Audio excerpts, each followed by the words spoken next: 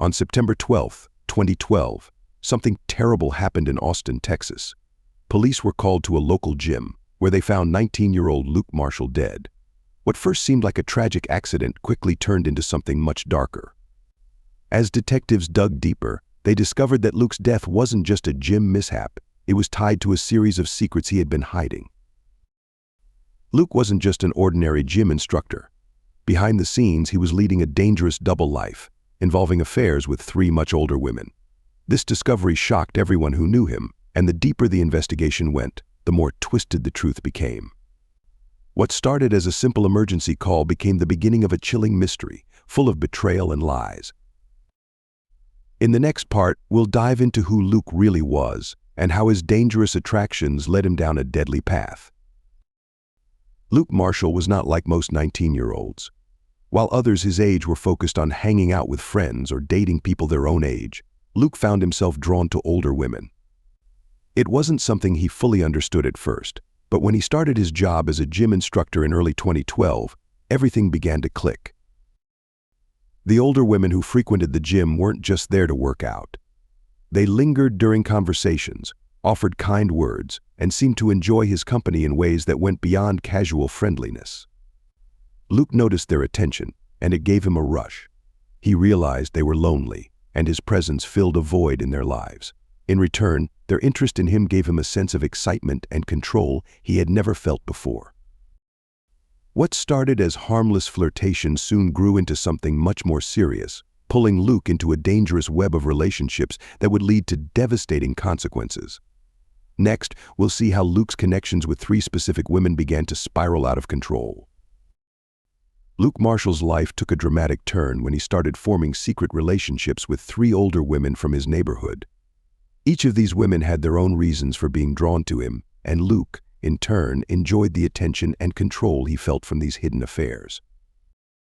The first was Helen, a 65-year-old widow who had lost her husband not long before meeting Luke. She found comfort in his charm, and soon their casual encounters at the gym turned into something more. Then came Barbara, a 67-year-old woman who was far more bold and direct. She made it clear from the start that she was interested in Luke, and her assertiveness quickly led to an affair. Lastly, there was Margaret, 62, recently divorced and more reserved. Though hesitant at first, she couldn't resist the growing connection she felt with Luke over time. What made things even more dangerous was that none of these women knew about each other. Luke kept each relationship secret, making every woman believe she was the only one in his life. But as the months went by, the emotional ties deepened, and these secret affairs became harder to manage, leading to a storm that was just waiting to break. Next, we'll explore how Luke balanced these 3 relationships and how the mounting pressure started to close in on him. Helen was the first of the 3 women to grow close to Luke. At 65, she had been living alone in a nearby retirement community after her husband's death. She started going to the gym as a way to stay active and distract herself from her loneliness. At first, she was hesitant when Luke paid extra attention to her. She wasn't sure if his kindness had deeper intentions or if he was just being friendly. But as the weeks passed, Helen found herself looking forward to their interactions. Luke made her feel noticed in a way she hadn't felt since her husband had passed. Eventually, their casual chats at the gym turned into secret meetings outside of it. Helen was cautious, but by the end of March 2012, their relationship had become physical. For Helen, this wasn't just a fling. She was starting to become emotionally attached to Luke. Despite the age gap, she believed there was something real between them. Little did she know, she wasn't the only one who felt this way, and Luke had much more on his plate than just her. Next, we'll dive into Barbara's bold pursuit of Luke and how it added to the complexity of his secret life. Barbara, unlike Helen, didn't waste any time when it came to making her feelings known. At 67, she had been living alone for years and was far more direct in her approach. From the moment she laid eyes on Luke, she was upfront about her attraction to him. She had no interest in playing coy or taking things slowly. Barbara was bold, and it didn't take long before her advances toward Luke became impossible to ignore. Luke responded to her confidence, and by the end of March 2012, the two had begun an affair. But Barbara wasn't content with just stealing moments here and there. She wanted more time, more attention, and more control. She showered Luke with expensive gifts, from watches to gym equipment, hoping these tokens would keep him focused on her. She truly believed their relationship was special, even as Luke continued to juggle his other secret affairs. Barbara's possessiveness quickly became a defining part of their relationship. She wanted Luke to herself and grew frustrated whenever he couldn't meet her demands. Little did she know, Luke was becoming entangled with another woman at the same time, Margaret, who was much more reserved but just as drawn to him. Next, we'll look at how Margaret, the quietest of the three, got pulled into Luke's increasingly complicated web of secrets. Margaret was different from both Helen and Barbara.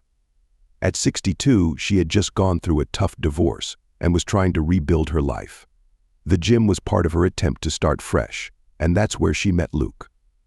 Unlike Barbara's boldness or Helen's cautious optimism, Margaret was quiet and hesitant. She wasn't looking for anything serious when she first started talking to Luke. But over time, she found comfort in Luke's attention.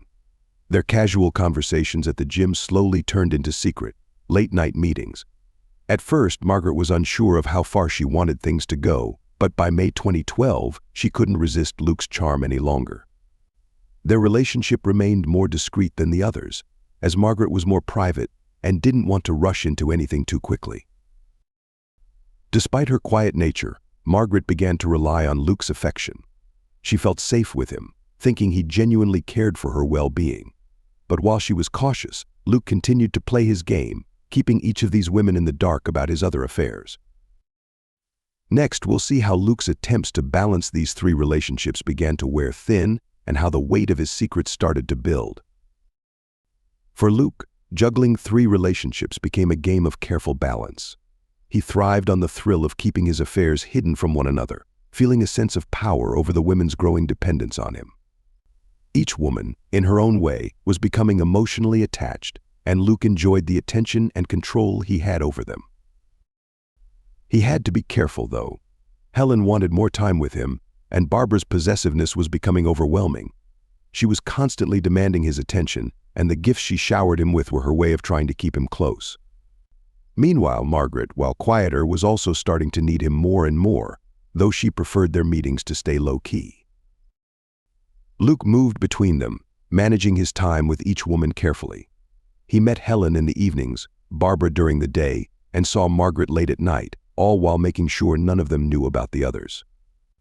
It was a dangerous game, but Luke believed he could keep it going forever. He thought he had everything under control, not realizing that the more he pushed the boundaries, the closer he was to losing it all. Next, we'll explore how this careful balance started to unravel, and how the tension among the women began to build without any of them even knowing the full extent of Luke's betrayal. By the middle of 2012, the cracks in Luke's carefully constructed web of affairs started to show.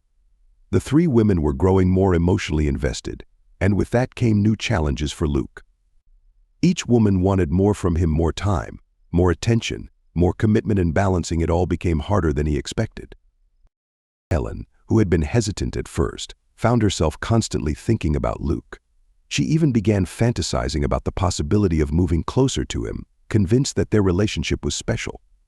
Barbara, on the other hand, was becoming increasingly possessive.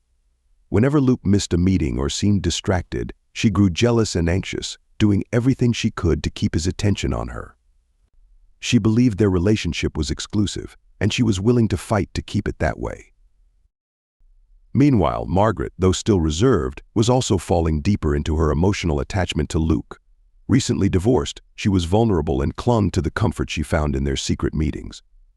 She was cautious about getting too involved, but couldn't help feeling drawn to him more and more. As these emotional demands piled up, Luke started to feel the weight of his lies. The tension between his secret relationships was building, and though none of the women knew about each other yet, it was only a matter of time before something gave. Luke thought he was still in control, but the situation was spiraling out of his hands, leading to a collision that none of them saw coming. Next, we'll see how the delicate balance finally broke, and how one fateful night would change everything for Luke and the women involved. In August 2012, the inevitable finally happened. Helen, who had been feeling uneasy for weeks, started to sense that something was off with Luke. He had become distant, canceling their usual meetings and acting more distracted when they were together. One night, feeling anxious and desperate for answers, Helen decided to visit the gym after hours to see if she could catch Luke there. When she arrived, she noticed the lights were still on, even though the gym had long since closed. Curious, she quietly slipped inside, expecting to find Luke working late. What she saw, though, froze her in her tracks. Luke wasn't alone, he was with Barbara. The way they interacted, the closeness between them, shattered Helen's world in an instant. She had believed that she was the only one in Luke's life, but now she saw the truth with her own eyes. Devastated and furious, Helen left the gym without saying a word, her mind racing. The betrayal was almost too much to bear.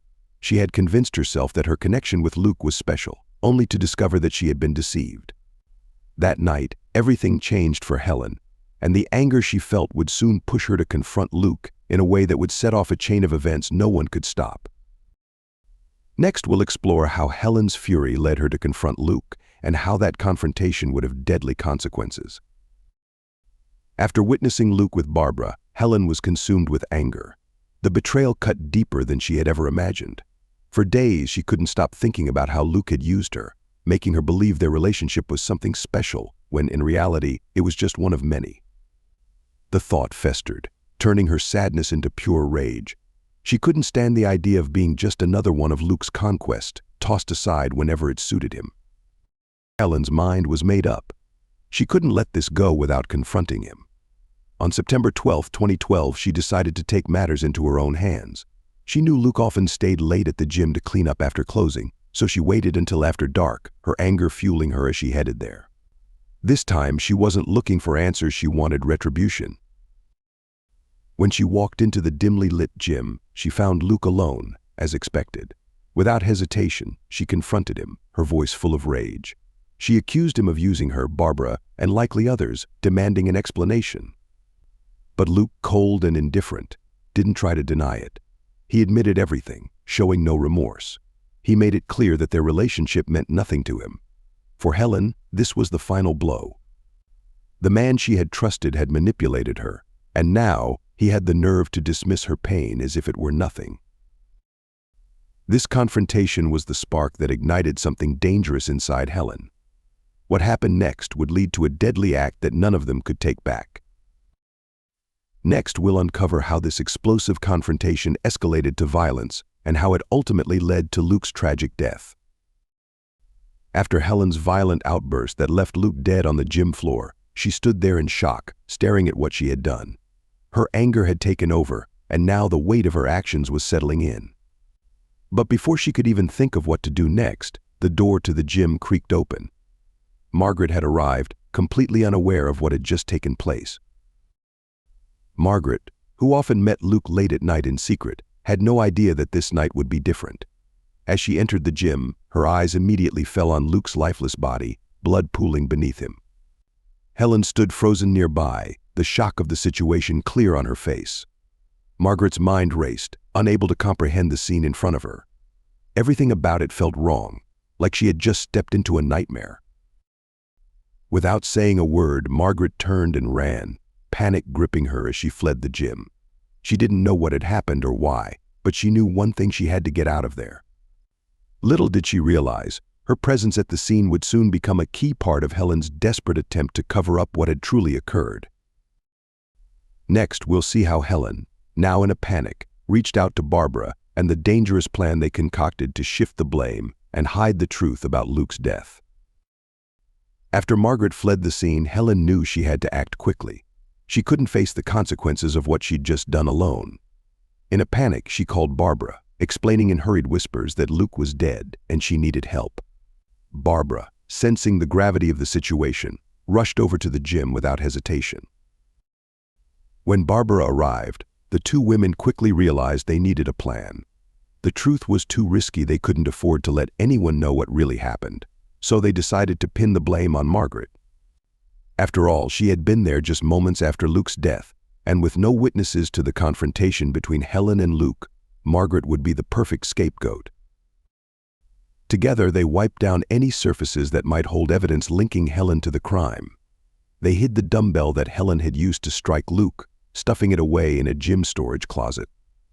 They worked swiftly, staging the scene to make it look as though Margaret had been the one responsible for Luke's death. When they were done, the gym was eerily quiet again, with Luke's body lying as the centerpiece of their cover-up. With the plan in place, Helen and Barbara left the gym, believing they had done enough to escape the consequences. Little did they know, their plan was far from foolproof, and the truth would soon begin to unravel. Next, we'll see how the investigation began and how the initial suspicions fell on Margaret, just as Helen and Barbara had planned.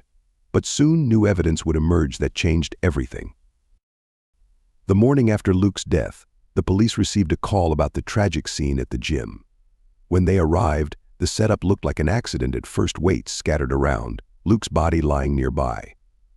But something felt off to the detectives, and soon the investigation took a darker turn.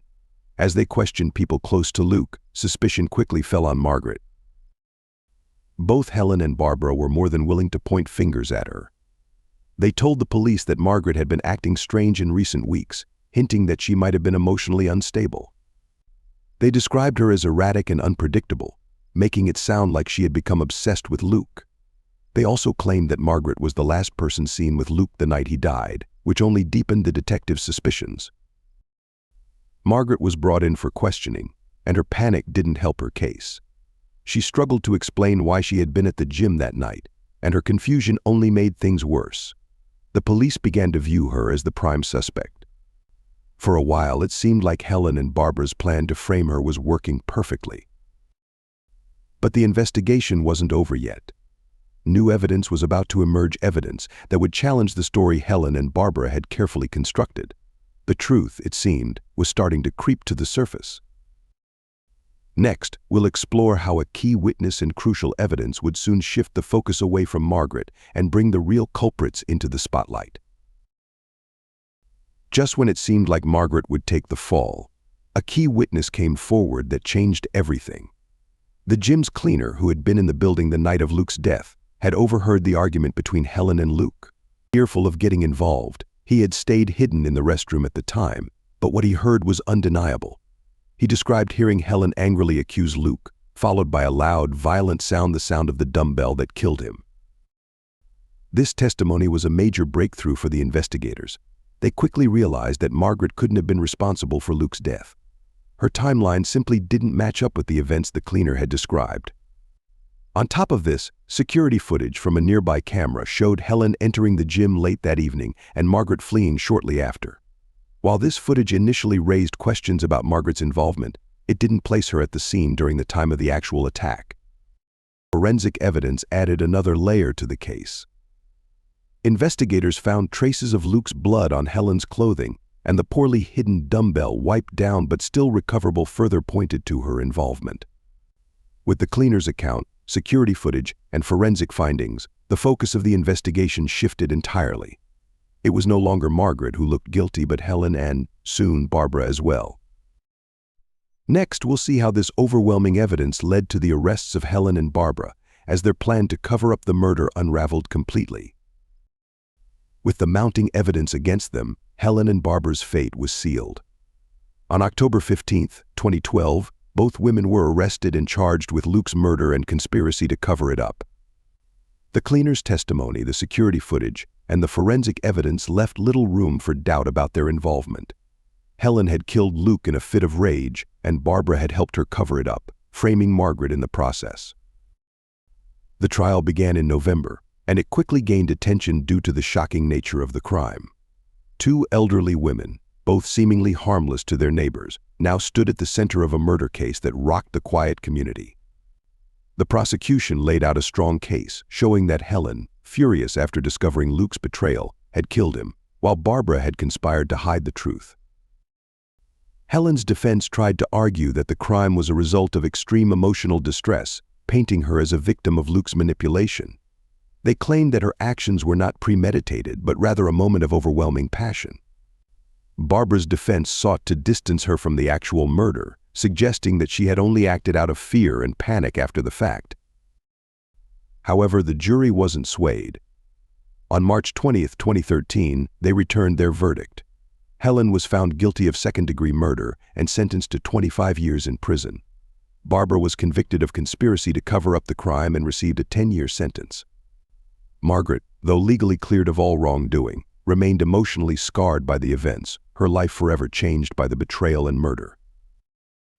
Next, we'll look at how the shocking details of this case affected the community and the lasting impact it had on those involved.